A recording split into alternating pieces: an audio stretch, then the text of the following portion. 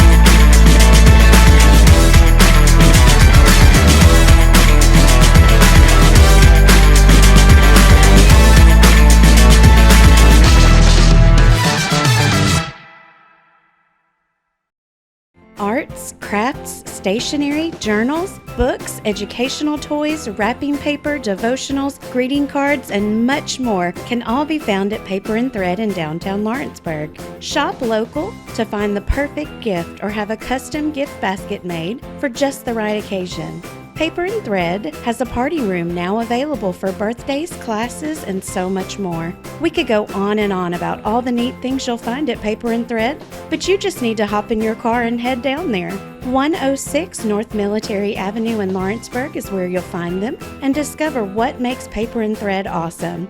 That's Paper and Thread in downtown Lawrenceburg, 106 North Military Avenue, just north of the square. Going the distance with local sports. This is the X Sports Network.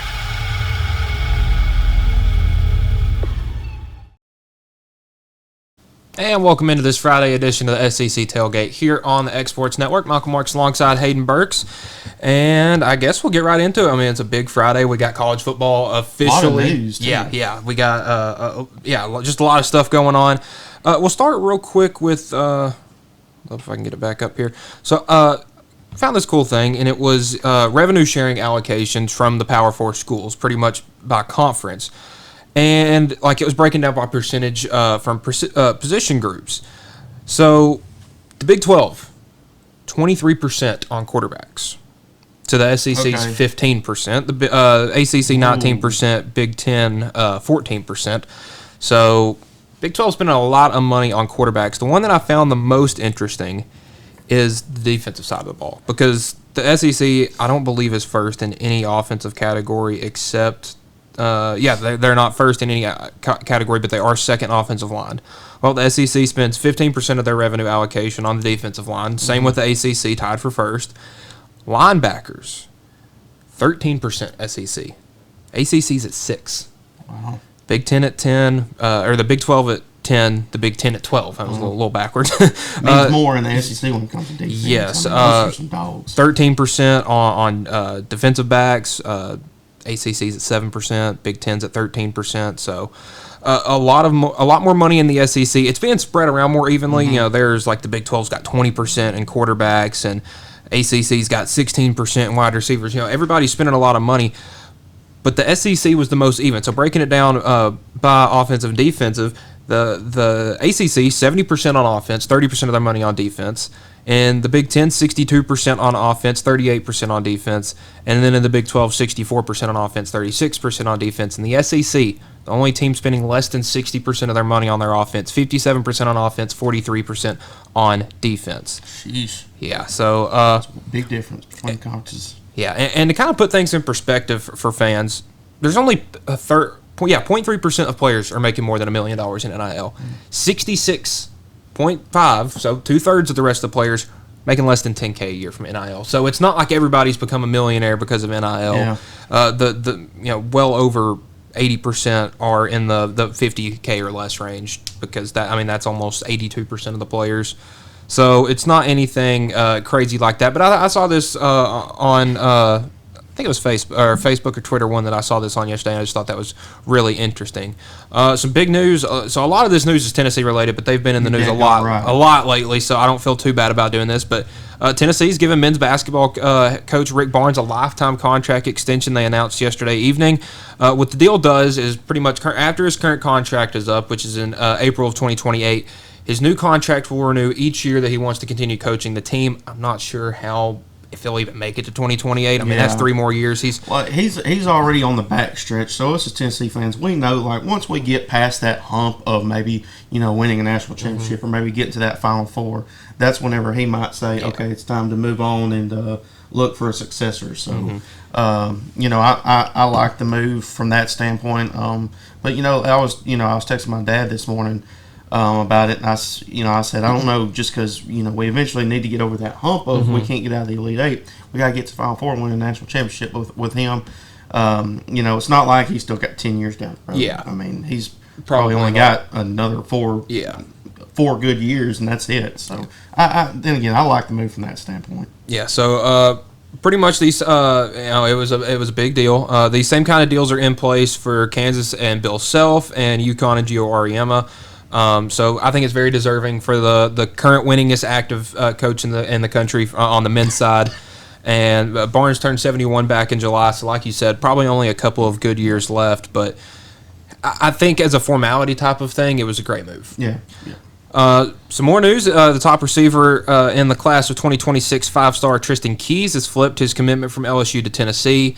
The Hattiesburg, Mississippi native committed to to LSU back in March over Tennessee and a couple other SEC programs, but continued to take visits throughout the summer.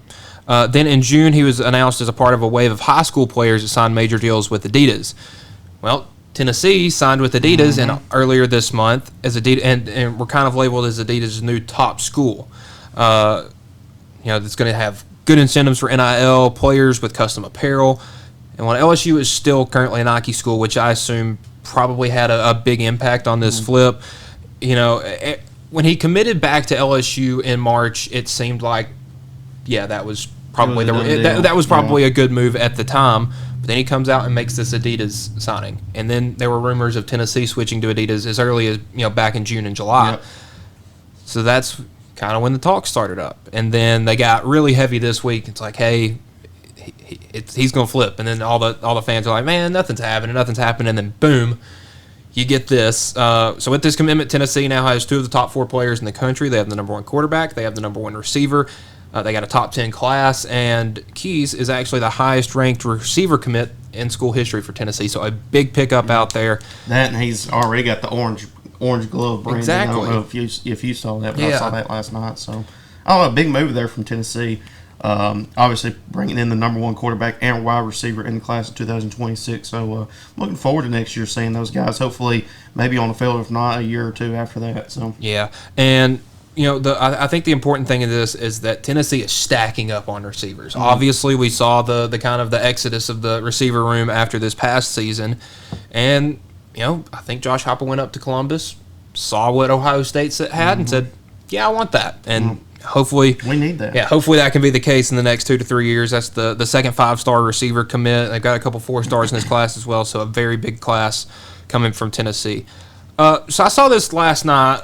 There's some strange drama brewing between LSU and Clemson ahead of their matchup on Saturday over a player's suspension. So A.J. Halsey started his career back in New Mexico in 2022. Spent 1 year there and then transferred and spent the next 3 years at Houston. And then decided to transfer once more as a grad transfer to LSU. In his final game at Houston, their last regular season game against BYU, he was ejected in the second half for fighting.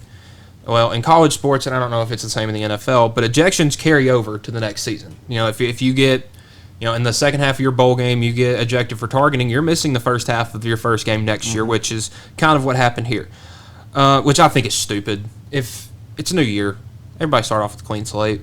But speculation is that while preparing for the game, someone on Clemson's coaching staff saw this ejection, and after seeing that, nothing had been said about it, made a call to the SEC front office saying that Halsey shouldn't be able to play in the first half. He was ejected.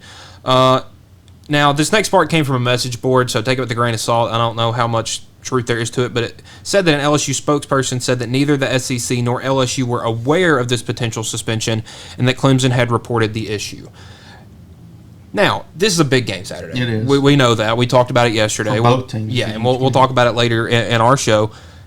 But either one of these teams wants a big advantage, and Clemson has a very potent passing attack, and taking out a potential starting safety for LSU in the first half could help you a lot. But I don't know. It feels kind of weird that the part that I took the most from is that neither the SEC nor LSU was aware of this. How? You recruited this guy. You brought him in. How did you not know that he was ejected in his last game? Yeah, you got to know this stuff. Like whenever it comes to, I don't care if he comes from a Big 12 or if he came from a small group of 5 when he was younger. You got to be able to know his track record of where he's been, what he's done, and with that being said, you just got to look at it, and especially LSU needs to be aware of that. Is the team that he's on not aware of this? How is the university not aware of the SEC? Okay, like you said, with a grain of salt, but the LSU, the university, that program needs to know about that. Because he wasn't announced. He wasn't announced as suspended for the first half until yesterday, Yep. and that was when the tweets started rolling in. It was like, hey, this dude was ejected, in his second half of his last game. So, really interesting stuff there. But man, that's gonna be a big one Saturday, especially now with this little extra added drama. We were supposed to see a 2-quarterback system last night from Missouri in their win over Central Arkansas, and we'll talk about that game here in a little bit, with Bo Pribula and Sam Horn. So Sam Horn entered the game in last night midway through the first quarter, 6-yard run up the middle, and was upended by a Central Arkansas safety. After that, he was, he got up, and then, he could tell that something was wrong, so his guys kind of laid him back down, and he eventually limped off the field, was helped to the tent, then limped to the locker room where he didn't reemerge until the second half. At that point, he was sporting crutches and some sort of cast or brace on his entire right leg. So, not a good look. Nothing official on the word. No official word on the extent of this injury, but definitely a big break for the Tigers. Now, Horn is a 2-sport athlete. He plays football and baseball at Missouri. So hopefully this isn't something that carries over into baseball season. But a tough break for Horn because he's a guy that's been battling injuries. He stuck around. And was hoping to try to get his shot tonight, and then that was kind of taken away from him in his first snap. So another interesting article I read yesterday was about the transfer portal, and it was teams that brought in the most production in the offseason through the portal. So it was number of starts, number of transfers, number of snaps this compiled past season over their. I think it was over their career. Oh, okay. So number one, we actually got the helmet up here, West Virginia. From the Big 12, they brought in 51 transfers. Wow. I mean, that's a ton. With a combined 462 starts between them and 32,779 snaps.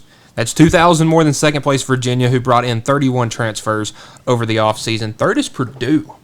And it's weird when you look at these teams because some of these teams, like I'll just read you the top 10, aren't going to be competing for a national championship. West Virginia, who I think will have a pretty good year this year. Virginia, their coach is kind of fighting for his job. They lost a bunch of big players from last year. I don't think it's going to be too good of a year for them.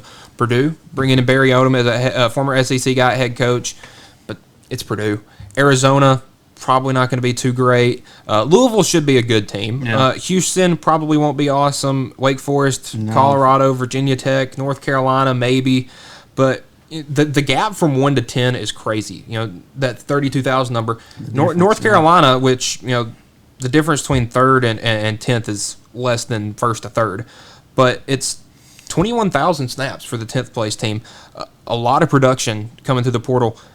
But the most interesting part, none of these are SEC teams. Yeah. The SEC, these are Big 12, ACC primarily. There's one Big 10 team in here with Purdue. But we see these two major conferences in the Big 10 and the ACC, or the Big 10 and the SEC, still like to recruit high school talent and don't bring in a ton during in the transfer portal. They might bring in 10 or 12 guys, but they're not bringing in a fresh squad because 51 at West Virginia, 52 at Purdue, upper 30s at North Carolina, 34 at Wake Forest, 33 at Colorado. So these guys are bringing in almost a whole new team. But I do like to see that the SEC still keeps it kind of in the high school ranks when it comes to recruiting. Some more interesting numbers from Week 1 is scouts and NFL executives at Week 1 games. So obviously the big one, Texas at Ohio State. Yep. 31 scouts from 20 teams and 2 NFL GMs. Now, the most interesting one is the two teams that will probably have upwards of the most players drafted in this draft. LSU at Clemson. 35 scouts and 5 NFL GMs. I mean, that's a lot there. Yeah. And then even a bunch at Notre Dame and Miami on Sunday, 30 scouts, 4 NFL GMs. I would assume it's probably most of the same guys from the LSU Clemson. Mm-hmm. They're just on the plane and getting there on Sunday. Yeah, hitting that Saturday night, get on the plane to go down to Miami for that one. But if you're going to watch 3 games this weekend and you don't care about and you just want to watch good talent, maybe as an NFL fan, watch those 3. Yeah, because you can fly from the football game from Texas to Ohio State, then fly over to Clemson for that game, and then fly down to Miami, and then fly down to Miami for that game on Sunday. So you can watch 3 games in the span of 2 days. I would like to see how many of those scouts or GMs are doing all 3. I don't know if any of them are, but I would assume that there is probably know, some, like one team or another, maybe. I don't know, somebody from the Titans or the Saints or something's flying up to Ohio State, going to watch the first 3 quarters of that game, head down to Clemson, watch that game, head down to Miami the next day and watch that game. But if there's a scout, man, I would like to see like a day in the life of that guy. Because I don't know if there will be a GM. A GM will probably go to 1 game, maybe 2 max. Maybe. But I could see a few scouts making that 3-round trip. I mean, that's their job. Look at high school, well, just college talent, I guess. But they're getting plenty of it between those 3 games. ESPN Events announces the inaugural Sprouts Farmers Market ESPNW Women's Basketball Invitational. This game will feature 2 old Big 12 rivals and traditional women's basketball powers in Baylor and Texas. Baylor went 28-8 last year and was runner-up in the Big 12 in both the regular season and conference tournament, but was upset in the second round of the NCAA tournament by Ole Miss. Baylor's definitely looking to get back to the ways that they are used to in Waco back when they had Kim Mulkey. The Bears return first-team all-conference Dariana Littlepage Buggs and first-team all-Big 12 defensive player in Bella Fauneroy. Texas, on the other hand, though, is a gauntlet. 35-4 last year, went 15-1 in conference. Had a good time in their first season in the SEC, finishing second in both the regular season and SEC tournament to South Carolina. They made it to the Final Four, where they lost to South Carolina again. Couldn't get over that hump this year. But they returned a ton of production from the previous season. Most importantly, they got their SEC Coach of the Year, Vic Schaefer. He's back. SEC Player of the Year, Madison Booker. She's back. And then All SEC Defensive Team, Rory Harmon. All SEC Freshman Team, Jordan Lee. Texas is loaded. Yeah, and they're going to be a tough team to take down this year. This game will take place at Dickies Arena in Fort Worth, pretty close to both campuses, on Sunday, December 14th at 1 Eastern on ABC. That should be a good one. So coming up next, we are going to look at Lee Corso's headgear record with each SEC team, and we'll take a look at the Saturday slate coming up next on the SEC Tailgate. Make your property rock and roll with services from G&S Excavating, specializing in white sand, compost, mulch, topsoil, landscape gravel, and steel landscape edging. Turn to the pros who know how to make your project shine with years of experience. The best part is they're locally owned and operated. Choose from a vast selection of mulch and rock from their conveniently located facility at number 3 Valley Road in Lawrenceburg, just off Buffalo Road. Phone 931-279-3841 and get started today. Hey, this is Phil Hooper. Get the look you want for your favorite school, church, or business with apparel from HD Ink Screen Printing in Leoma, Tennessee. Got a logo you need embroidered or screen printed? Let HD Ink give you the professional look that sets the bar in today's world. We do fundraisers and custom designed apparel and so much more. Call today, 931-201-2961, or come see us at our new shop located at 26 Ingram Road in Leoma. Remember, HD Ink for the look you want and the look you deserve. Welcome to the newly remodeled Brass Lantern. For over 30 years, we've been serving delicious food to excellent people. Brass Lantern takes pride in authenticity, serving fresh, homemade food to please any member of the family. From mouth-watering to one-of-a-kind steaks served with gourmet marinade, to salad with our signature honey mustard dressing, specialty fruit tea, drafts, and much more. Our food is always prepared daily. Whether you come in with friends or family, you'll appreciate that fresh is better.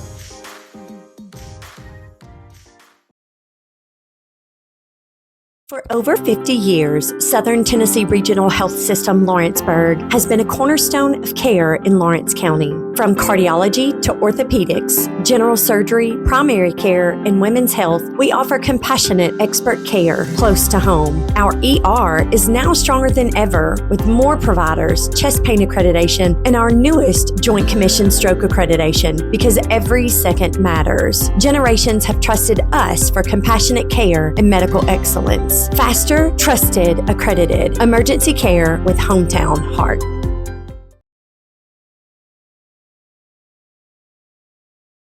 Gifts and goodies galore await you at Miss Millie's in downtown Lawrenceburg. From brands you know and love, like E. Newton Jewelry and Tyler Diva Wash, to unique specialty gifts, you will find it all here. Whether you're looking for the perfect gift for someone you love or shopping for yourself, shopping local is the way to go. We have home goods, women's fashion and accessories, baby items, and lots of seasonal decorations. Our friendly staff will welcome you in, help you find what you need, and even package your gifts for you. Also, we can't forget to tell you about our popular bridal registry. Future brides can come and create their perfect registry with us. So stop by Miss Millie's today. We're located in the northeast corner of the square in downtown Lawrenceburg. Comprehensive care with a compassionate touch. That will always be the guarantee at Encompass Healthcare in Etheridge, Tennessee. Whether you're looking for primary or urgent care, x-ray services, or weight loss treatments, the team at Encompass is equipped to serve your needs today. The doors are open Monday through Thursday from 8 to 5 and from 8 to noon on Fridays. Make an appointment with providers Kendra Brown, Tori Cox, or Ellie Brown today. That's Encompass Healthcare, located on Highway 43 North in Etheridge, next door to Chapman Tire.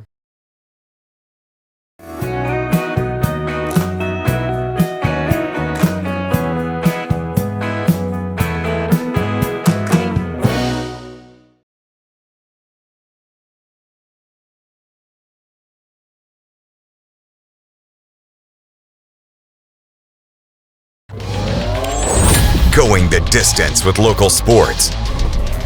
This is the X Sports Network. And welcome back to the SEC Tailgate here on the X Sports Network. Michael Marks, Hayden Burks, and Hayden. Tomorrow morning, it's kind of an end of an era for us and the generation before us and the generation before us.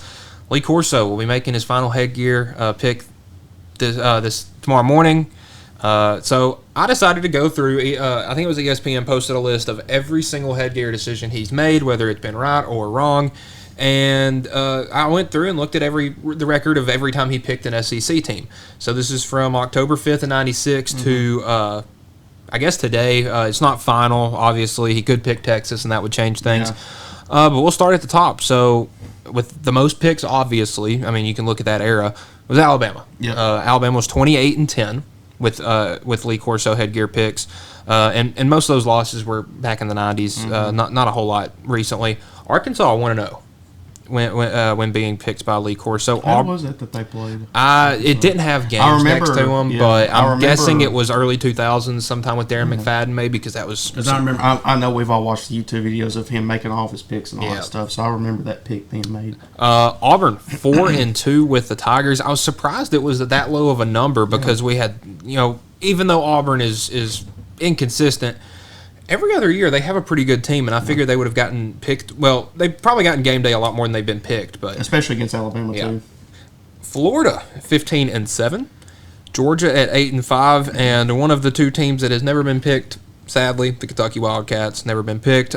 They've had game day a couple of times recently with Georgia coming to town, but obviously, if you saw any Georgia team from like 2016 to 2020, which is probably when Kentucky was at their best. You weren't picking Kentucky with a straight face. The team with the next most picks behind Alabama, LSU, 18-7. And it just proves so far, at this point in the list, that these SEC teams mean business when it comes to a big game. When game day's in town, they look good. Mississippi State 1-0, Missouri 1-1, Oklahoma 11-6, Ole Miss at 1-0. South Carolina 1-1, Tennessee 6-2. Ole Miss at 1-0. Yeah, wow. Only once that they've been picked. Texas 10-8, Texas A&M 1-1, and Vanderbilt sadly has not been picked. They last hosted College Game Day against Auburn back in 2008. I think Auburn ended up winning that game as well, so I guess that was one of the correct answers for Auburn. Oh man, that one's still shocking. Yeah, because they had so many good. Yeah, they've had some really good teams. So many good teams recently. But looking at this, the 4 teams with the worst percentage, so to speak, are the 4 newest teams in the SEC. The only 2 teams that are 500 with the worst record are Missouri and A&M, and then the other 2 worst records are Oklahoma at 11-6 and Texas at 10-8. But from those other 12 teams, well, I guess 10 since Kentucky and Vanderbilt weren't picked, when College Game Day comes to town for an SEC game, they're getting a good one. Yeah. And, some of these matchups are probably, conference games. Yeah, we're conference games, so you had to pick one. But pretty interesting. And then I guess we'll just break right into the games this weekend. We already talked about Missouri and Central Arkansas. That game was last night. Butt whooping. Yeah. Straight up. I would say we talked about how much it kind of hurt seeing Sam Horn go down for Missouri, but Bo Pribula started the game and finished the game, and he was huge. Over 300 yards, 4 touchdowns for the Tigers. So it looks like they found their quarterback heading into a big game next week at Kansas. Auburn at Baylor, one we've already talked about. It's going to be a very important game for both of these teams, kind of to set them on the track for the season. They will have and another thing we're going to be talking about is SEC officiating crew assignments, where what SEC teams are having, which crews and stuff like that. But Auburn at Baylor, at a Big 12 school, will have an SEC crew. At Baylor. Baylor. Yeah, okay. And we'll see another instance of that in this next game. And we'll just start it off with the noon slate. Texas at Ohio State. For some reason, an SEC team playing at a Big 10 school has an SEC officiating crew.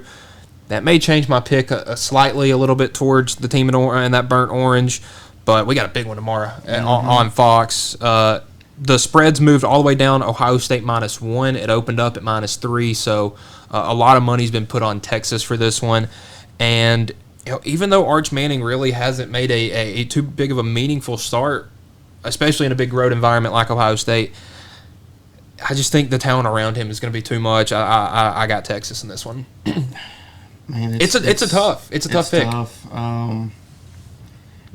Everybody's betting on Ohio State, and I'm not really sure why. And everybody's betting on Texas because they're the underdog. Yep. Give me Arch, man. Wow. I'm gonna take Texas. All right, it's a tough. That one's like if you're betting on that one, you're gonna be biting your fingernails all the way to the bone. Yeah, that's one I would definitely avoid. Probably the most interesting officiating crew. Well, one of two. Syracuse and Tennessee playing in Atlanta for the, I don't know if it's the Chick-fil-A kickoff or whatever. It used to be the Chick-fil-A kickoff. It's probably something different now. A Big Ten crew going out there for Syracuse and Tennessee. Syracuse in the ACC. At least it's not an ACC and the SEC one, so I'll take that. Yeah, it just feels weird having two teams play. I guess neutral site, you got to be fair, throw in a different conference. It says the Aflac kickoff. Okay, so the Aflac kickoff. Yeah. So I guess they've changed from Chick-fil-A, sadly. Yeah. I think they still do have Chick-fil-A in the stadium there, though, at Mercedes-Benz. Well, still, I love the Aflac. Yeah. Like the Aflac. Yeah. The commercials and also the little trivia questions. Yeah. Those are awesome. Oh, dude, I'm going to miss those on CBS. I hope they put those, bring those to ABC. Put them on ESPN. Yeah. Mississippi State heading to Hattiesburg to take on Southern Miss. Another SEC crew going on the road to Hattiesburg. That should be well, we can talk about the Tennessee game, I guess. We didn't really finish talking about it. We talked about it a little bit yesterday and Wednesday, but, man, I'm excited just to get the guys out there, see what we got. I think that's the reason for so much excitement. If one orange teams win, I might not be as happy, but the excitement's definitely there. You really don't know what you're getting from Tennessee because you look from the team last year. No more Nico, no Dylan Sampson, no Brew, no Squirrel White, no Dante Thornton. So no Cooper Mays. Yeah, that's huge as a center. Yeah, a 5-year starter. No Cooper Mays. Was he a 6-year starter? I think just 5. 5 years. I know he went past 4.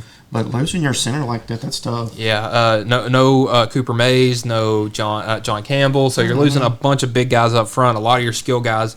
And you even lost some defensive guys like James Pierce and some other guys to the portal. But really, the core of this team stayed together. And I'm excited about it. Especially defensive-wise. You got Joseph coming back, and then you got McCoy, All-American corner. Boo Carter. Boo Carter. In my opinion, McCoy's the best cornerback in the nation. In my opinion. So just because of what Tennessee's got on defense and the amount that Syracuse lost on offense, I'm going Tennessee. Yeah. I don't know if they'll cover the spread or not. I think it's still 13.5 Tennessee. Yeah, on here it says it's 13.5, Okay. and I'm looking off of ESPN betting app, so that's what's got right now. I'll take Tennessee, but if I'm making a bet there, I'm just going money line on that one. Back to Mississippi State and Southern Miss, two teams. These teams won a combined 3 games last year, 2 from Mississippi State, 1 from Southern Miss. But a lot of new from Southern Miss. They're bringing a whole crew from another helmet on this table. They brought a lot of guys from Marshall down there to Hattiesburg. Should be a competitive game, but I anticipate Mississippi State taking that one. Yeah, I believe Mississippi State will win that one as well. Toledo at Kentucky. They will have an SEC officiating crew for that one. But, man, I don't know. There's something about Kentucky is just I think they're going to have a really, really rough year. And that's why I'm picking Toledo. I'm picking the underdog. I don't know what the spread is. I think I don't have it on here. I think it may have been 12 Yeah. or 11, something like that. It was close to single figures, but I'm just curious. I'm looking right now. I think it's Kentucky minus 11, but again, when you get closer to games, they switch a lot throughout the day. I mean, I don't think the SEC question, that one really gives me a question mark, but because Toledo is favored to win the MAC. They went on the road and beat Mississippi State last year. Return a lot of those guys. Kentucky, I think they're taking a step back from last year, allowing Toledo to kind of jump in there and take that one.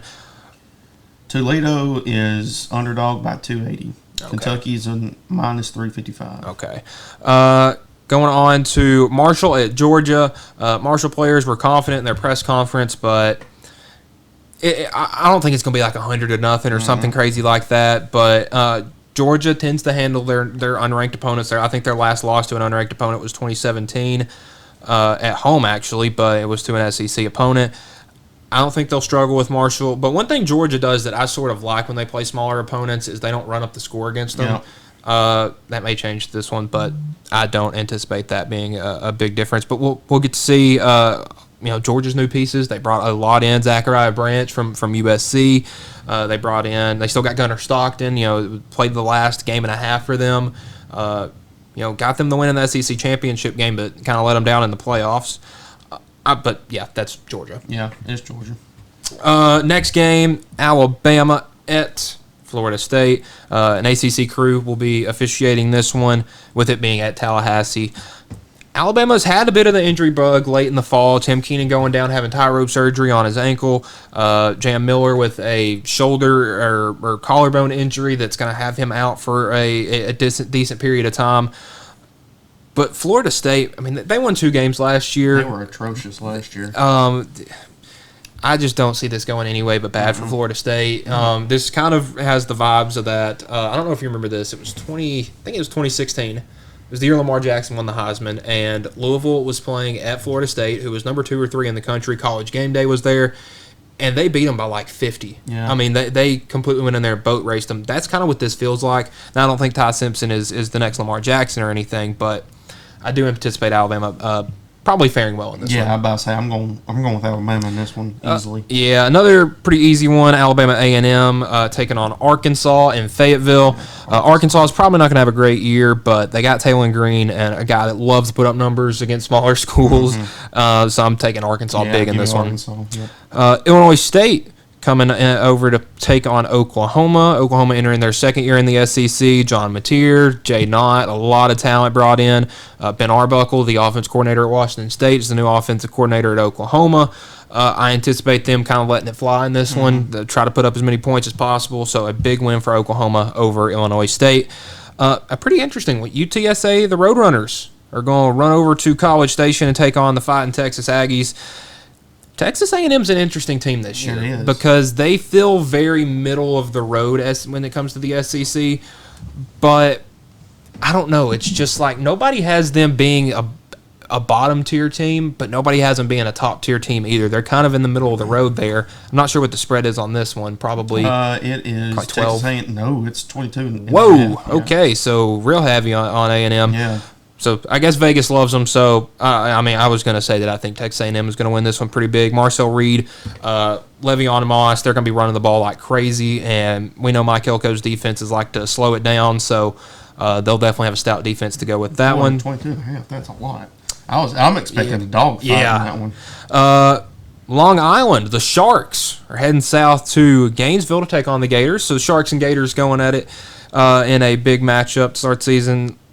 I'm pretty sure Long Island's a FCS team. Yeah. Florida is kind of been dealing with an injury bug with some receivers. Obviously, the shoulder and leg injuries to DJ Lagway kind of leave some room to be desired. Definitely a little bit of concern there, but this is an FCS opponent. I don't think anybody's going to play too long. If they are banged up, I got Florida big in this one. Florida in this one for sure. Another FCS opponent, Charleston Southern, heading over to Nashville to take on Vandy in a now newly renovated and complete First Bank Stadium there in Nashville.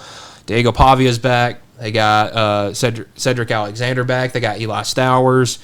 Still a very exciting Junior Sherrill. So still a very exciting team from Vanderbilt. A lot of power on this offense, and Clark Lee's always going to have a stout defense. So I got Vandy pretty big in this one. Now, probably the toughest game to pick, other than Ohio State and Texas, in Texas, is LSU at Clemson. Mm-hmm. We talked about the drama surrounding AJ Halsey, but I don't know. Listen, LSU hasn't won a season opener since 2019 when Joe Burrow was the quarterback and they played Georgia Southern at home. And that monkey's still on their back. Still on their back. They lost in 2020 to Mississippi State. They lost in 2021 to UCLA. The next 2 years to Florida State. And then this past year to USC. Yep. Kind of forgot about that game. It's been that long. It's been that long, yeah. But that was a good game, too. Yeah, it was. Clemson returning almost everybody from a playoff team last year, and with just another year of experience, they brought in not a lot. They brought in 3 transfers, but it was 3 transfers that they needed. And LSU hit the portal hard. They got. I do think that these 2 teams are more talented than Texas and Ohio State. From just top to bottom. And SEC officiating this one, so they'll probably let it be a physical game. Mm-hmm. But I don't see LSU being able to put up enough points on this Clemson defense to make it. That's what I'm thinking. To have it make it be a big impact. That Clemson defense, in my opinion, is the reason they're going to win this game. I think Kate Klubnik is a Heisman candidate for sure. But when you look at Clemson's defense and how Garrett Nussmeier's being out of the pocket, once he gets out of the pocket, he gets a little stagnant and starts making bad decisions. So that's why I've got Clemson in this one. Yeah, I think it's going to be a low-scoring game, in my opinion. Yeah, definitely. If I had to pick a score, it'd probably be like 24-21 or 24-17, something like that. Yeah, I was going to go somewhere in the 24-16, something weird like that. Yeah. But listen, Clemson's got 2 great coordinators as well. I mean, we know they had, when they had their thing running in the late 2010s, they had Tony Elliott, who's now at Virginia running their offense. Brent Venables now at Oklahoma running their defense. But they got 2 more guys that I think will be head coaches pretty soon. And Garrett Riley is their offensive coordinator, the Lincoln Riley's brother, and Tom Allen, the former head coach at Indiana before Kurt Cignetti went up there running their defense. And Indiana was always stout at defense under Tom Allen, so I think this is going to be a tough matchup. But another interesting matchup, Georgia State at Ole Miss. This will be Ole Miss's first start under Austin Simmons, which he actually changes some things for them because this is the first time in a while they've had a left-handed quarterback. Lane Kiffin says that he sees a lot of Tua in him, which could be a good news for Ole Miss fans because Tua was pretty good at Alabama. Yeah, he was great. But Georgia State, despite going 3-9 last year, actually had a win over an SEC team last year. They hosted Vanderbilt and beat them. Now, do I think they're going to go to Oxford and beat Ole Miss? No, but I do think this is one to keep your eye on just to see how Austin Simmons and that Ole Miss offense look. With it kind of flipping everything with him being a left-handed quarterback. Yep. The lone SEC game, not on Saturday other than the first 2 that we talked about earlier in the week. We got Virginia Tech heading to South Carolina, the Beamer Bowl. We'll have a Big 12 officiating crew. Actually, I think that one's at a neutral site. Let me check that real quick. I'm not sure. I haven't really looked into that. With it having a Big 12 crew, I would assume this is probably... Okay, it's in Mercedes-Benz the next day, so So it's in a neutral site. So neutral site. I really don't know what to think about this one because Brent Fry is kind of on the hot seat at Virginia Tech. Kyron Drones was highly talked about quarterback going into last season, but then they kind of laid an egg against Vanderbilt, and everybody forgot about them. They made a big push to almost take down Miami last year, couldn't get it done. But they open up with a big road test, so to speak, because they got to travel a little further than South Carolina to Atlanta to face probably one of the best offensive players in the SEC and one of the best defensive players in the SEC in Lenore Sellers and I can't think of his name, Dylan Edwards. So interesting, but I could still see Virginia Tech. What's off. the line on this one? If you can pull that one up. I would assume it's probably around the 12 mark. Maybe a little higher, maybe somewhere around 16. South Carolina, and this is off of DraftKings. If I can learn how to spell it. The spread is -7.5 for South Carolina. Oh, okay. And so the money line is 240 plus for Virginia Tech and 298. The favorite for South Carolina. So yeah, South Carolina favored, not too big in that one. So it could be a game to keep your eye on. Does Lenore Sellers kind of have that bounce back year, or kind of take a step back in that sophomore slump? I don't know, but it makes this one a good one to watch on Sunday. You get this one 2:00, I believe, so it should be a good one. But I got South Carolina. Yeah, I think do too. They got too much talent. Have a 7th-year guy at running back that I haven't been at South Carolina, just got his waiver cleared. But when you get that waiver cleared right before the season, it's exciting. So you want to go out there and run over somebody and just play some football. But again, a Big 12 crew there. I'm not sure how much that'll impact these teams' play styles. But I got South Carolina in this one. So going back over our picks, I think we both had. Did we both have Baylor? Yes, okay. I had Baylor. Yes. Okay, so we both picked Baylor for tonight in that Auburn at Baylor game at 7 on Fox. We both went with Texas. Mm-hmm.